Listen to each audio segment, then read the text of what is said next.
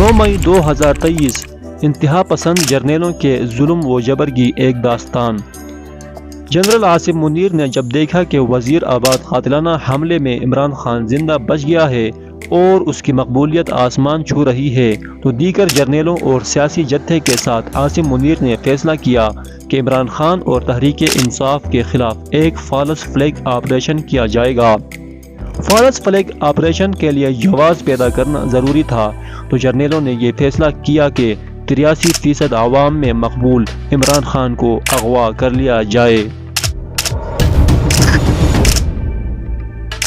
9 مئی کو عمران خان کو اسلام آباد ہائی کورٹ سے اغوا کر لیا گیا، مگر صرف اغوا کرنا ہی ضروری نہیں تھا، ایسا تاثر دینا تھا کہ ہم نے عمران خان کو بہت توہین آمیز طریقے سے اغوا کیا ہے، اس لیے اسلام آباد ہائی کورٹ کے شیشے توڑ کر اور عمران خان کی کالر سے پکڑ کر بکر بند میں بٹھایا گیا تاکہ عوام کو مشتعل کر کے پرتشدد احتجاج پر اکسایا جائے۔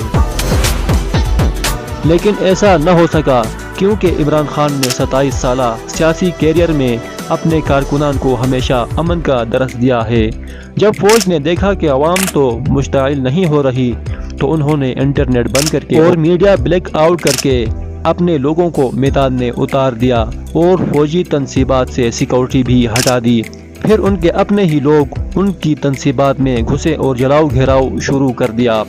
تحریک انصاف کے جتنے لیڈرز گراؤنڈ پر موجود تھے، یاسمین راشد یا دوسری قیادت، سب کے سب اپنے کارکنان کو کینٹ اور فوجی تنصیبات کے پاس جانے سے روک رہے تھے۔ آج تک کسی تحریکی رہنما کی ایسی ویڈیو سامنے نہیں آ سکی جس میں وہ اپنے کارکنان کو حملے کا کہہ رہا ہو۔ سپریم کورٹ نے عمران خان کی گرفتاری غیر قانونی ڈکلیئر کر کے عمران خان کو رہا کر دیا، لیکن عاصم منیر اپنے مقصد میں کامیاب ہو گیا تھا۔ انہوں نے 9 مئی کے خود ساختہ ڈرامے کو الیکٹرانک میڈیا میں بھرپور اچھالا اور تحریک انصاف کو ایک دہشت گرد جماعت ثابت کرنے کی کوشش کی۔ پاکستانی فوج نے 9 مئی 2023 کے بعد فسطائیت اور جنگی جرائم کے نئے ریکارڈ قائم کیے۔ لوگوں کو اغوا کر کے ان کے بچوں اور بیوی کے نام پر بلیک میل کر کے ان سے پارٹی اور سیاست چھڑوائی گئی۔ ایک معصوم بچے عمار فاروق کو اپنے والد سے نہ ملنے دیا گیا اور اس صدمے میں وہ چل بسا۔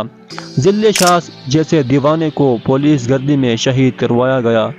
گویا پاکستان فوج نے 83% پاکستانیوں پر زمین تنگ کر دی۔ پاکستانی فوج کے ان جنگی جرائم میں I G Punjab doctor Usman Mohsin Naqvi, Anwaar ul Haq Kakar, D G I S I Nadeem Anjum, brigadier Faheem, general Faisal Naseer اور جنرل عاصم منیر براہ راست ملوث ہیں۔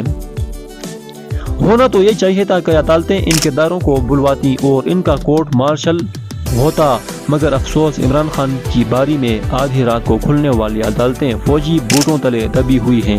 بلا شبہ اس ملک کا تاریخ سانحہ ہے۔